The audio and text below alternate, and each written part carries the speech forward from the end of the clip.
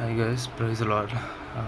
இன்றைக்கி உங்களோட ஷேர் பண்ண விரும்புகிற விஷயம் வந்து விஷன்ஸ் பற்றி நான் பேச விரும்புகிறேன். அதாவது நம்ம ஒவ்வொருத்தருக்குமே 4 விதமான விஷன் இருக்கும்படி ஆண்டவர் விரும்புகிறாரு.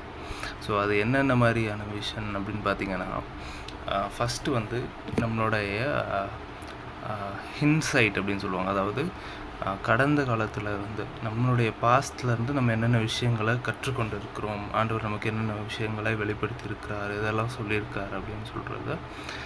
அது ஒரு விதமான தரிசனம். நம்ம எந்த பாதையில் கடந்து வந்தோமோ அதிலிருந்து நாம் கற்றுக்கொண்ட காரியங்கள், ஆண்டவர் நம்மோட பேசின காரியங்கள்.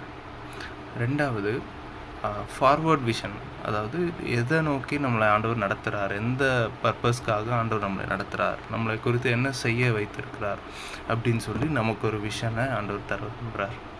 மூணாவது, இப்போ இருக்க ப்ரெசண்ட்டில் நம்ம என்ன செய்யணும் அப்படின்ற ஒரு விஷன். இந்த ஆண்டவர் நம்மளை வச்சிருக்கிற இந்த இடத்துல, இந்த டைமில் நம்ம என்ன செய்யணும் அப்படின்ற ஒரு விஷன் நமக்கு வேணும். நாலாவது பார்த்திங்கன்னா ஓவர் வியூ விஷன் அப்படின்னு சொல்லுவாங்க. அதாவது இது எல்லாத்தையும் சேர்த்த மாதிரி ஒரு பிக் பிக்சர், எங்கேருந்து நம்ம வந்தோம், இப்போ என்ன பண்ணிகிட்ருக்கோம், அடுத்து எங்கே போக போகிறோம், இப்படின்ற எல்லாத்தையும் சேர்த்த மாதிரி ஒரு பர்பஸ்ஃபுல்லாக நம்மளை வந்து ஆண்டவர் வந்து நான் இதுக்காக தான் வந்து இந்தந்த விஷயங்கள்லாம் நடத்துகிறேன், நான் இதை தான் செய்ய இருக்கேன், உன்னை வச்சு இதுதான் நான் செய்யணும்னு விரும்புகிறேன், இந்த டைமில் நீ இது தான் செய்யணும் அப்படின்ட்டு நான் உன்னை இந்த இடத்துல வச்சுருக்கேன் அப்படின்னு சொல்லி ஆண்டவர் இந்த மாதிரி ஒரு 4 விதமான விஷன் வந்து நமக்கு இருக்கும்படி விரும்புகிறார்.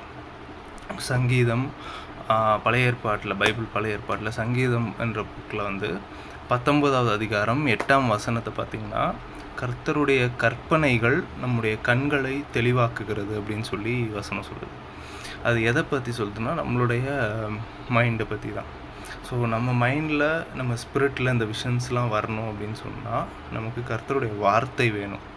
ஆண்டவர் என்ன சொல்கிறாருன்றதை நம்ம ரெகுலராக நம்ம பைபிளில் படிக்கும்போது, மற்ற காரியங்கள்லேருந்து படித்து நாம் ஜெபம் பண்ணி தெரிஞ்சுக்கும்போது நமக்கு ஒரு தெளிவான தரிசனம் கிடைக்கிது.